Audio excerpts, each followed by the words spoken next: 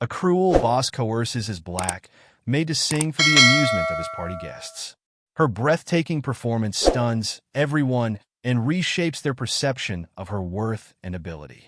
And if you cherish your family and love stories like this, don't forget to subscribe to our channel and avoid 10 years of bad luck. The dimly lit servants' quarters in the Thompson mansion's basement held a suffocating tension as Jasmine stood before a cracked mirror, adjusting her simple black dress. The room's flickering fluorescent light cast harsh shadows across her face, emphasizing the dark circles under her eyes from nights of restless sleep. Her hands trembled as she attempted to fasten a worn pearl necklace, her grandmother's only legacy. The basement walls seemed to close in around her, each brick holding memories of previous humiliations in this house. 8 months ago, Mr. Thompson had made her serve drinks while deliberately tripping her in front of his laughing guests. 3 months before that, he'd forced her to clean the same spot on the marble floor 6 times, claiming he could still see dirt that wasn't there. Each incident played through her mind like a series of photographs she couldn't burn.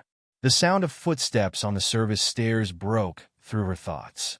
A familiar face appeared in the mirror's reflection, Lena, wearing the standard black and white uniform of the catering staff. Their eyes met in the mirror, and Lena's mouth fell open in shock. "Jasmine, what are you doing here? I thought you'd quit after—" She didn't finish the sentence. She didn't need to. Jasmine turned to face her childhood friend, the person who'd shared ice cream cones and playground secrets with her 15 years ago. "Mr. Thompson made my mother an offer she couldn't refuse. The hospital bills." Her voice trailed off as she smoothed her dress for the 100th time. The service entrance door swung open again, bringing with it the sounds of arriving guests. The click of expensive heels on marble flooring echoed down to them, accompanied by the murmur of privileged voices. Both women moved to the small window near the ceiling, watching as designer shoes and tailored pants legs passed by. A woman in a red designer dress paused directly above them, her voice carrying clearly through the window. "I can't believe Thompson still employs their kind. It's so pedestrian." Her companion laughed, the sound like breaking glass. Lena's hand found Jasmine's, squeezing it tight. They watched as more guests arrived, judges, CEOs, politicians, each one dripping with more jewelry and self-importance than the last. The basement became a viewing box for a parade of wealth and arrogance. Through the window, they could see the decorations Mr. Thompson had chosen. Crystal chandeliers, imported flowers, ice sculptures that caught and fractured the light. It was a display of opulence that seemed designed to remind everyone below stairs of their place in the world. Jasmine's fingers unconsciously went to her throat, where her voice lay waiting. The voice that had won her school competitions, that had filled church halls, that had earned her a scholarship she'd had to abandon when her mother got sick. The voice Mr. Thompson now wanted to use as evening entertainment, like a musical jewelry box to be wound up and displayed. Lena broke the silence first. "You don't have to do this, Jazz. We can figure something else out." But they both knew there were no other options. Not with the stack of medical bills that arrived each week, each one stamped with increasingly urgent red letters. The sounds of the party above grew louder. Jasmine could distinguish different conversations now, discussions about stock portfolios, summer homes, private school admissions. Each voice carried the same tone of casual superiority that she'd grown to recognize over years of working in houses like this one. She straightened her shoulders, feeling the weight of generations of silenced voices pressing down on her. Through the window, she caught sight of Mr. Thompson moving through his guests like a king holding court. His suit probably cost more than her mother's entire medical treatment. He laughed at something someone said, and the sound echoed down to the basement like a warning bell. The crystal glasses clinked above as Mr. Thompson tapped them with a silver spoon, the sound cutting through the party's ambient noise like a knife. Standing at the top of the grand staircase, he commanded attention with the practiced ease of someone who had never been denied it. His tailored suit caught the light from the chandeliers, making him appear to glow against the dark mahogany paneling behind him. "Ladies and gentlemen," he announced, his voice carrying that peculiar mix of southern charm and northern money, "I have arranged a special treat for you all tonight." His eyes scanned the crowd, noting with satisfaction the upturned faces of judges, business magnates, and social elites. Many of you have heard me speak of the remarkable voice that graces my household staff. Tonight, you'll have the privilege of hearing it for yourself. In the kitchen, Jasmine froze while polishing a serving tray. The words filtered through the service door, each one landing like a physical blow. She hadn't expected the announcement so soon. Around her, the other staff members stopped their work, casting furtive glances in her direction. Some looked sympathetic, others relieved it wasn't them being called out. Mr. Thompson's voice grew more insistent. "Jasmine dear, do come out now. Our guests are waiting." The false warmth in his tone carried an undercurrent of command that everyone in the service area recognized. It was the same tone he used before someone lost their job. The kitchen's fluorescent lights suddenly seemed harsh against the stainless steel surfaces. Jasmine's reflection fractured across dozens of polished pots and pans, each one showing a different angle of her distress. Her hands gripped the serving tray so tightly her knuckles turned white. From across the kitchen, Lena moved quickly between the other servers, reaching Jasmine's side. "Remember when we used to sing in your backyard?" she whispered urgently. "How the whole neighborhood would stop to listen. That voice didn't belong to him then, and it doesn't belong to him now." "Jasmine?" Mr. Thompson's voice had lost its warmth. "We're all waiting, dear." The emphasis on dear carried a clear threat. The kitchen staff parted like a sea as Jasmine moved toward the service door. Each step felt like walking through deep water, her movements slow and resistant. Through the small circular window in the door, she could see the crowd of wealthy guests, their jewelry catching the light, their expressions a mix of curiosity and barely concealed disdain. As she reached for the door handle, Lena's voice cut through the tension. "Show them what that voice can really do." The words rang out louder than intended, causing several guests near the kitchen to turn their heads. Mr. Thompson's face darkened momentarily before his practiced smile returned. Jasmine pushed through the door, emerging into the brighter lights of the main room. The contrast between the functional kitchen and the opulent party space was jarring. Crystal chandeliers cast rainbow reflections across marble floors that had been polished to mirror perfection. The guests, in their designer clothes and expensive jewelry, created a sea of wealth that seemed designed to make her simple black dress appear even plainer. Mr. Thompson descended the stairs, each step measured and deliberate. He approached Jasmine with the air of someone approaching a prized possession. "Ladies and gentlemen," he announced again, placing a heavy hand on her shoulder, "I present to you the voice I've been telling you about. A diamond in the rough, you might say." Several guests chuckled at his choice of words. The weight of dozens of evaluated G stares pressed down on Jasmine. She could feel their assumptions, their judgments, their predetermined conclusions about what kind of performance could come from someone like her. The air in the room felt thick, almost unbreathable. Through the kitchen door's window, she caught sight of Lena's face, fierce with encouragement. Behind her, other staff members had gathered, their expressions a mix of concern and hope. They knew, as she did, that this performance could change things, though none of them yet knew exactly how. The grand room fell into an expectant hush as Jasmine moved to the center of the space. The Persian rug beneath her feet had probably cost more than her mother's entire house, its intricate patterns spreading out like frozen waves. She closed her eyes, trying to block out the scrutinizing stares of the guests who had formed a loose circle around her. When she opened her mouth to sing, the first note emerged tentatively, like a bird testing its wings. But as the sound filled the space, something shifted in the air. The voice that came from her wasn't the meek, servile sound the guests had expected. Instead, it was rich and powerful, carrying years of suppressed emotion in every note. She sang Strange Fruit, a bold choice that made Mr. Thompson's smile freeze on his face. The song's lyrics about southern trees bearing strange fruit, a brutal metaphor for lynching, cut through the refined atmosphere like a blade. Some guests shifted uncomfortably, while others stood transfixed, unable to look away from the raw truth being delivered in such a beautiful package. Margaret Winchester, wife of a prominent judge, stood near the fireplace, her champagne glass forgotten in her hand. As Jasmine's voice soared through the second verse, tears began to form in Margaret's perfectly made-up eyes. The song triggered memories she'd spent decades trying to forget. Her own childhood in Georgia, the family maid who'd raised her with more love than her own mother, and how she'd stayed silent when that same maid was fired without cause. The other guests' reactions rippled through the room like waves. A senior partner from an elite law firm loosened his bow tie, as if the truth in Jasmine's voice was physically constricting him. A real estate mogul known for his discriminatory housing practices couldn't meet anyone's eyes. A society dame, who'd earlier complained about the serving staff, now stood with her hand pressed against her chest, her face a mask of conflicting emotions. Jasmine's voice grew stronger with each phrase, filling every corner of the massive room. The crystal chandelier above seemed to vibrate with certain notes, creating a shimmer of light that danced across the gathered faces. Even the servers who had been circulating with drinks stood still, trays forgotten in their hands.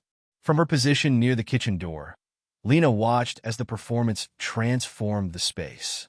She saw how the initial condescending smirks faded from faces, replaced by expressions of genuine awe and, in some cases, shame. The power dynamics in the room were shifting with each note, though Mr. Thompson, standing rigid by the stairs, seemed unaware of how his carefully orchestrated display was backfiring. As the song approached its devastating final verses, Margaret Winchester's tears flowed freely now. The memories flooding back were sharper. Her father's casual cruelty to their household staff, her mother's cutting remarks, her own gradual absorption of their prejudices despite knowing better. Jasmine's voice had somehow reached past decades of carefully maintained social barriers to touch something raw and real.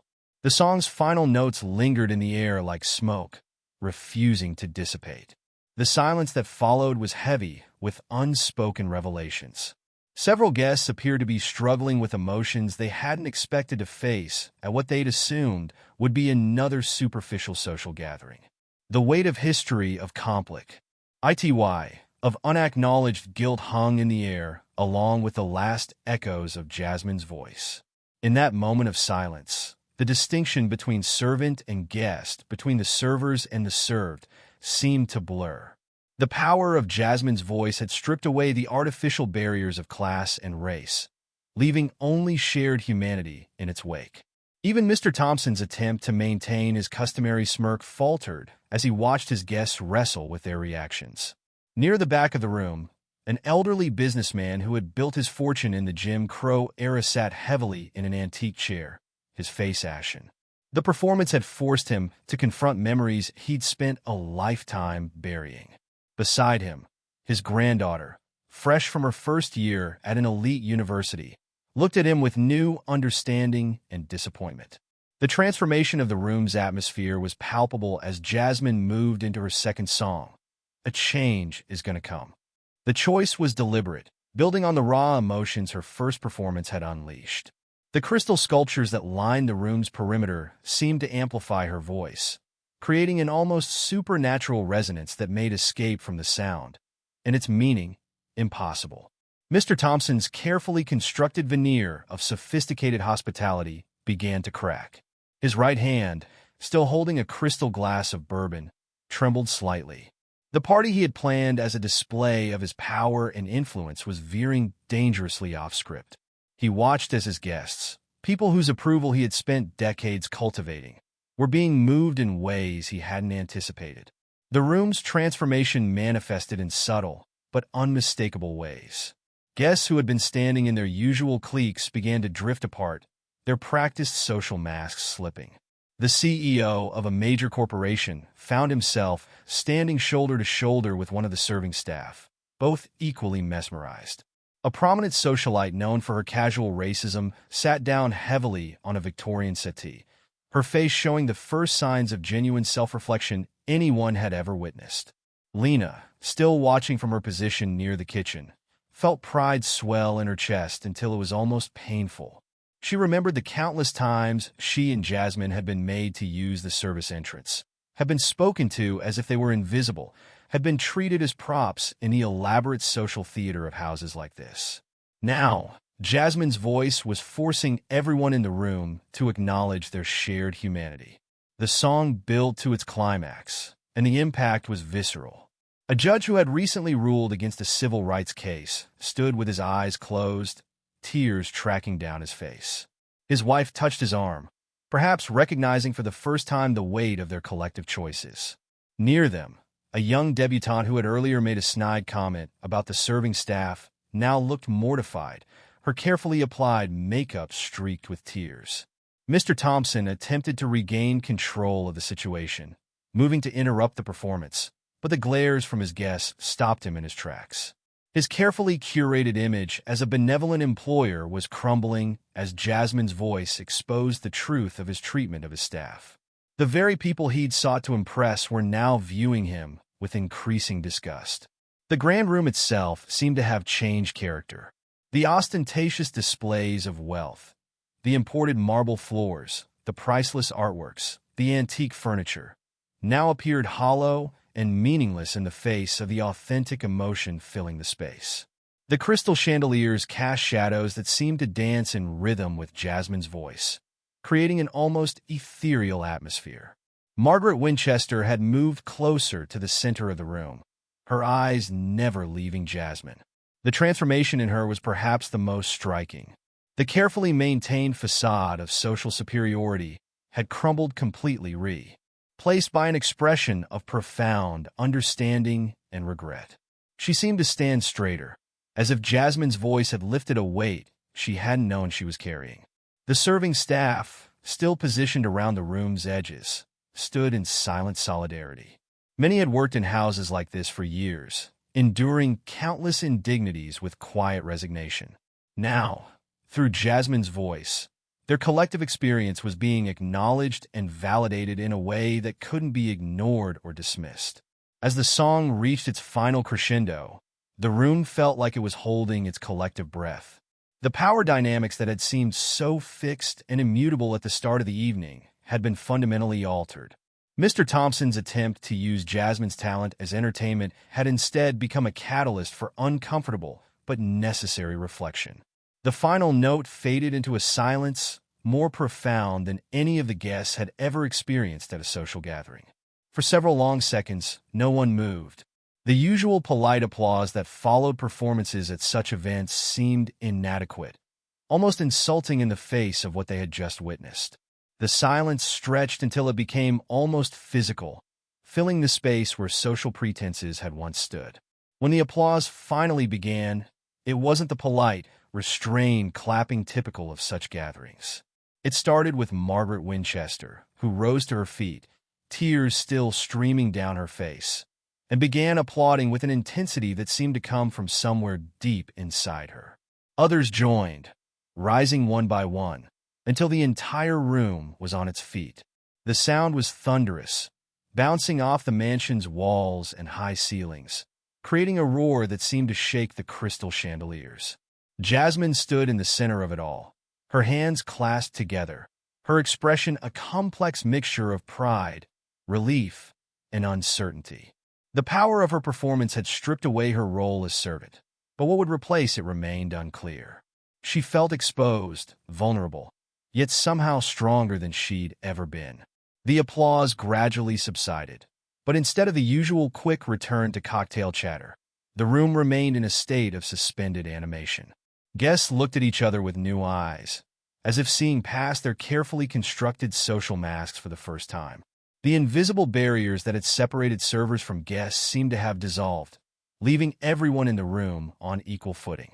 Margaret Winchester was the first to break from the crowd, moving toward Jasmine with purpose. Her usual perfectly composed demeanor was gone, replaced by something raw and authentic.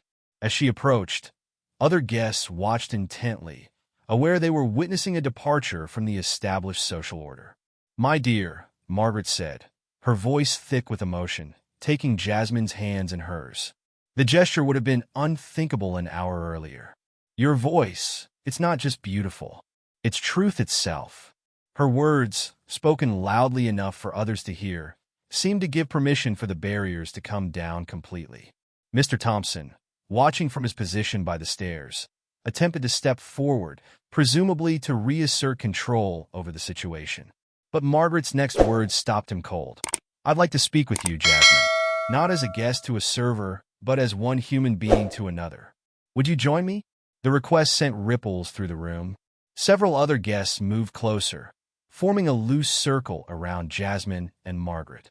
The serving staff, including Lena, watched in amazement as their colleague was treated with the respect they had all long deserved but rarely received.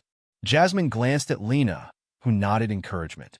"I would like that, Mrs. Winchester," she replied, her speaking voice carrying the same quiet dignity that had filled her songs. The simple exchange marked a seismic shift in the evening's power dynamics. As Margaret led Jasmine Tawa, RD a quiet corner of the room, other guests began to move and speak more freely. The artificial formality that typically characterized such gatherings had been replaced by something more genuine. Servers who had spent years being treated as invisible found themselves being looked in the eye, even engaged in conversation. Mr. Thompson remained by the stairs, his face a mask of barely contained fury as he watched his carefully orchestrated social hierarchy crumble. The evening he had planned as a display of his sophistication and benevolence had become something entirely different, something beyond his control. In the relative quiet of the mansion's east alcove, Margaret Winchester sat with Jasmine on an antique settee, the kind of furniture Jasmine had only ever been allowed to dust.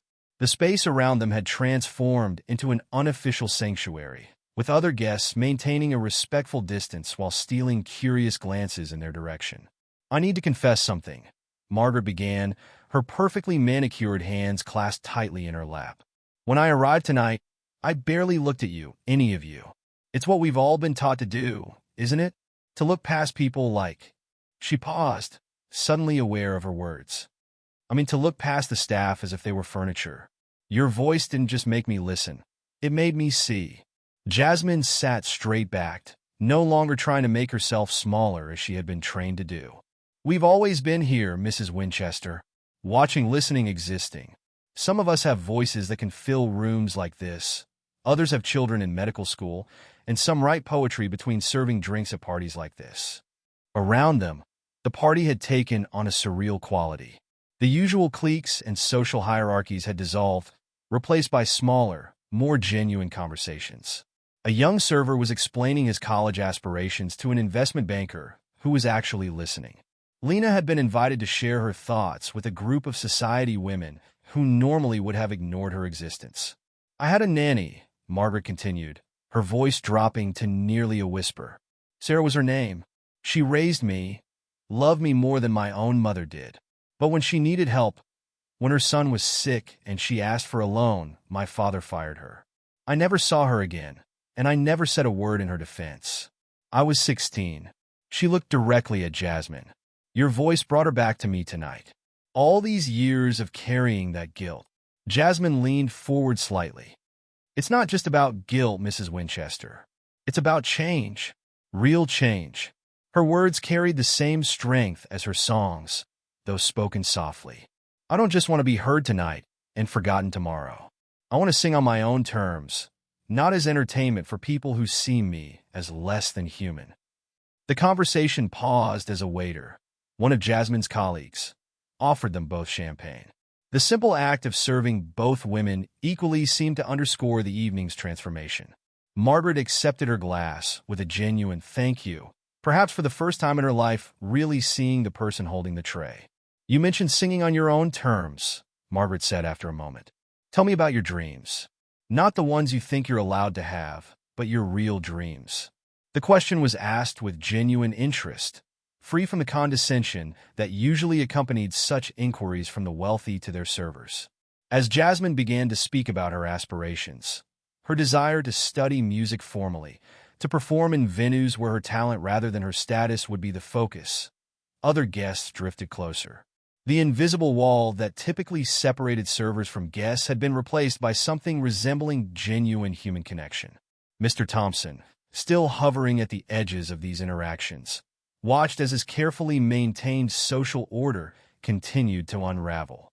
His attempt to display Jasmine as an exotic curiosity had backfired spectacularly, leading to conversations and connections he had never intended to facilitate. The evening air grew thick with possibility as more guests joined the discussion, each bringing their own revelations and reckonings. The mansion's opulent surroundings seemed to fade into the background as the human element took center stage.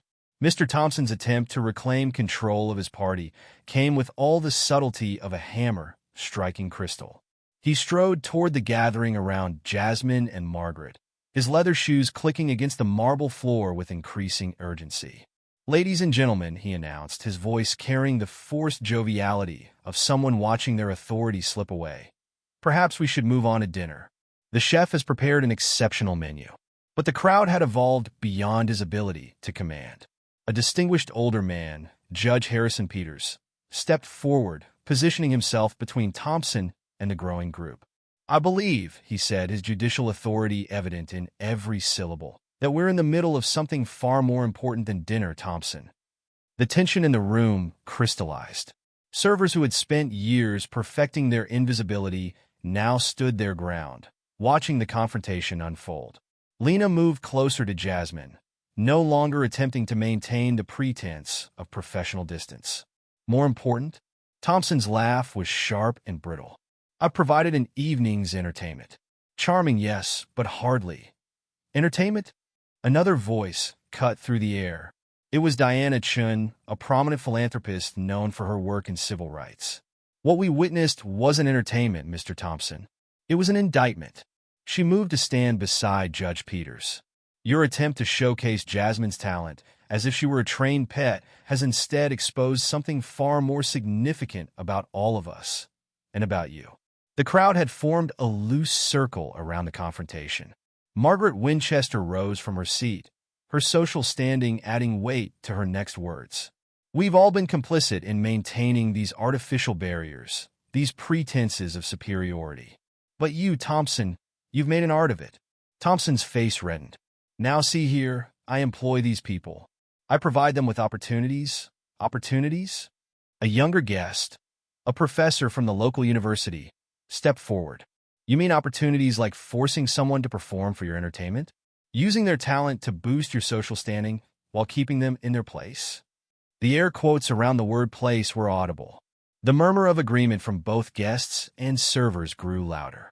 Thompson's careful social choreography had completely collapsed, replaced by something raw and real. Several guests began sharing their own observations of his treatment of staff over the years. The casual cruelties, the subtle humiliations, the calculated demonstrations of power. "I suggest," Judge Peters continued, his voice carrying the weight of decades on the bench, "that we all owe Jasmine an apology.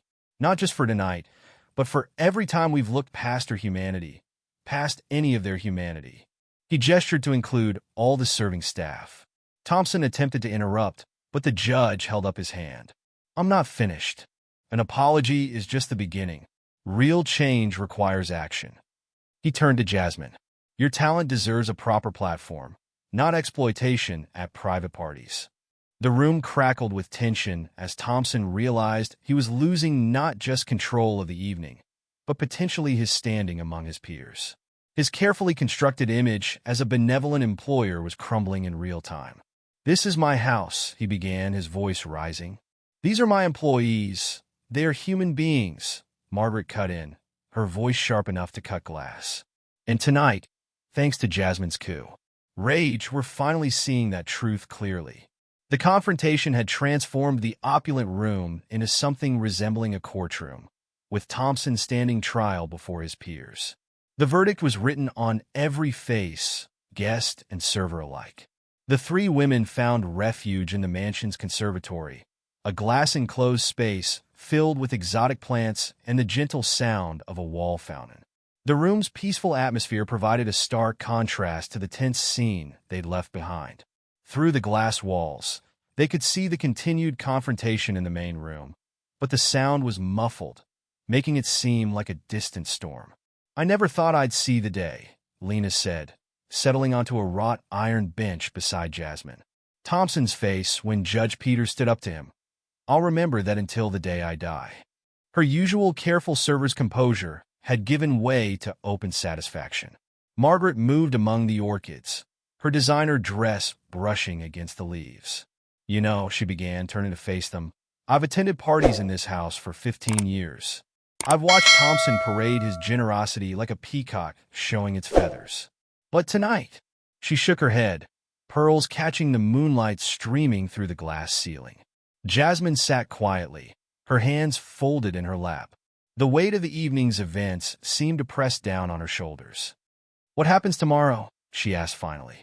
When everyone goes home, when the music fades, when everything goes back to normal?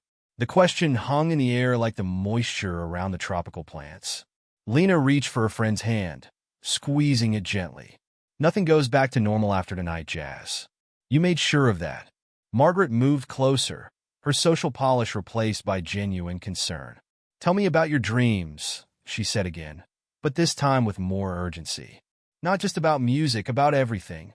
What would you do if all these barriers suddenly disappeared?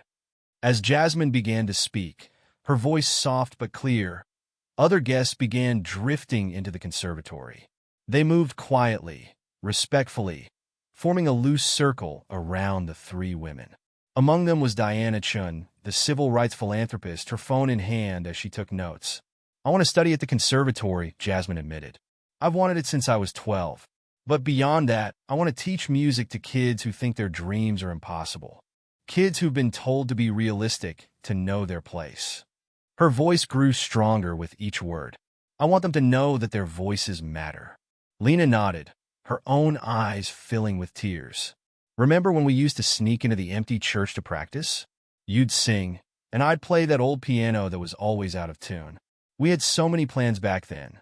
The gathered group listened intently, their faces showing genuine interest rather than the polite mask of attention they typically wore at such events. Through the glass walls, they could see Mr. Thompson gesturing angrily at Judge Peters. But in the conservatory, something more important was taking shape. Margaret had pulled out her own phone and was scrolling through contacts. I serve on the board of the Children's Arts Foundation, she said, her fingers moving quickly across the screen. We've been looking for someone to head up a new youth music program. Someone who understands both the art and the obstacles these children face. Diana Chin moved closer, her philanthropist's mind clearly working. The foundation could partner with my organization. We've been wanting to expand our youth outreach programs. She looked directly at Jasmine. Your voice could open doors for so many others. The conversation expanded, with guests offering connections, resources, and genuine support. It was no longer about charity or guilt. It had become about recognizing and nurturing genuine talent and vision. The peace of the conservatory shattered as Mr. Thompson burst through the glass doors, his face flushed with anger and too many drinks. This ends now, he announced, his voice echoing off the glass walls. This is still my house, and you are still my employee. He jabbed a finger in Jasmine's direction. But Jasmine didn't shrink away as she might have done hours earlier. Instead, she rose slowly from her seat, her posture straight, her chin lifted. No, Mr. Thompson, I'm not your employee anymore. I quit. The assembled group collectively held their breath. Even the fountain seemed to quiet its burbling. Thompson's face went from red to purple. You can't quit.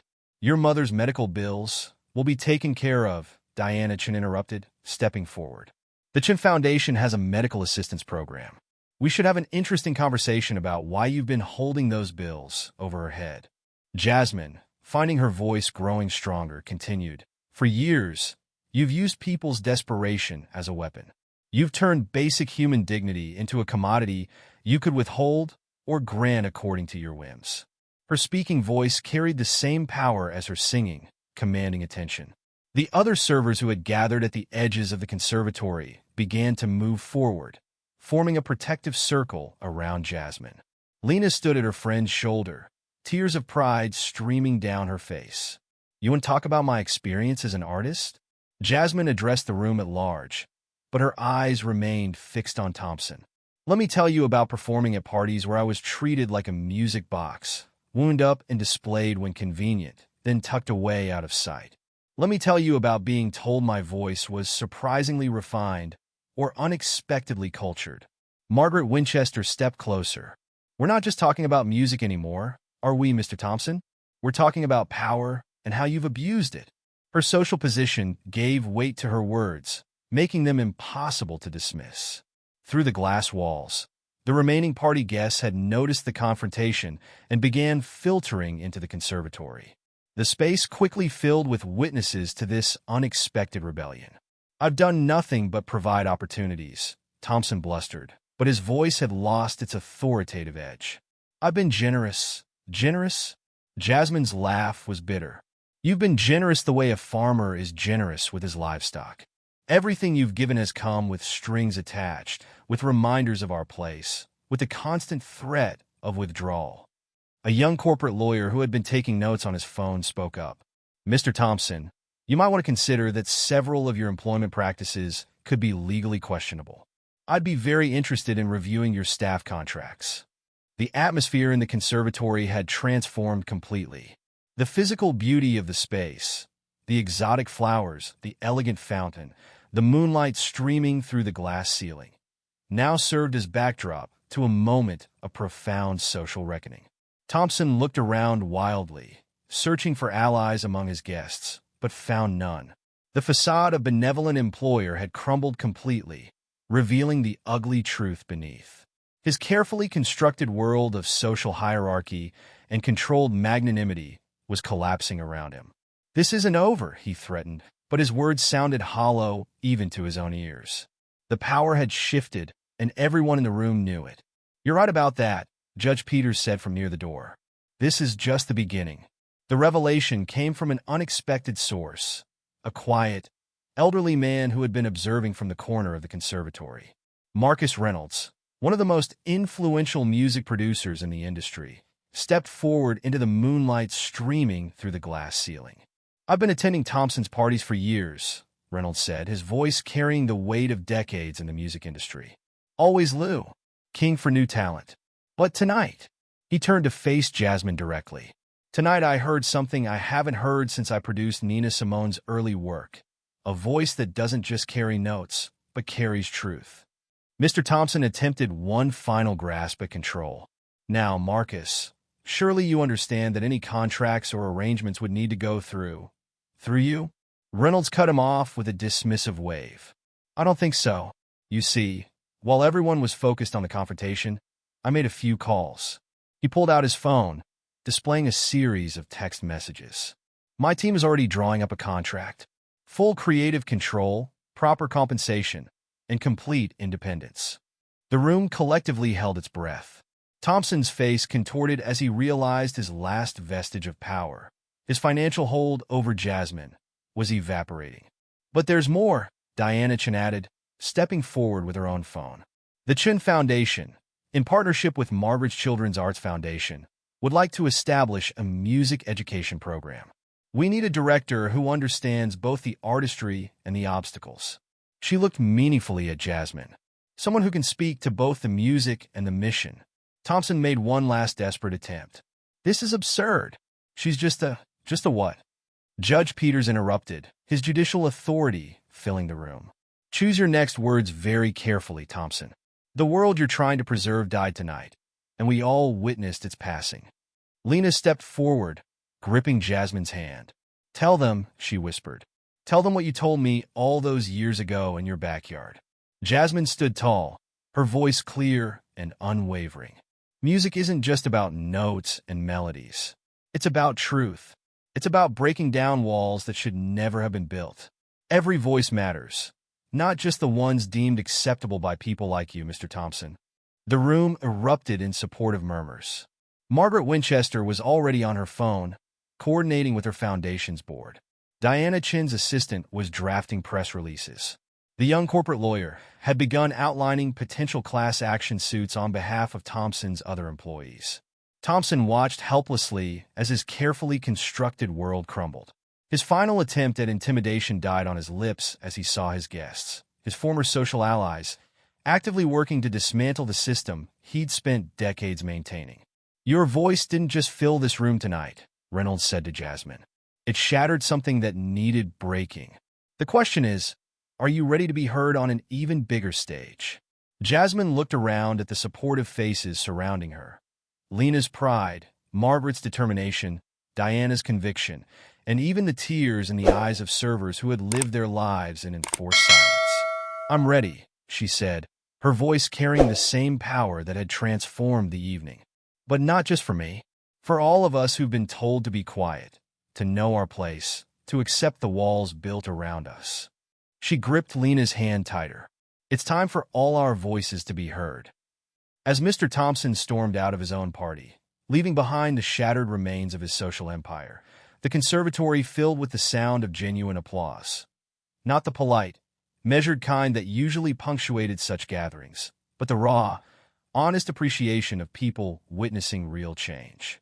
The night that had begun as a display of Thompson's power had transformed into something else entirely, a moment of reckoning, of voices finally breaking free from their imposed silence, of walls crumbling under the weight of truth carried on a song. This concludes the story. Would you like me to provide any additional details or clarification about any of the topics?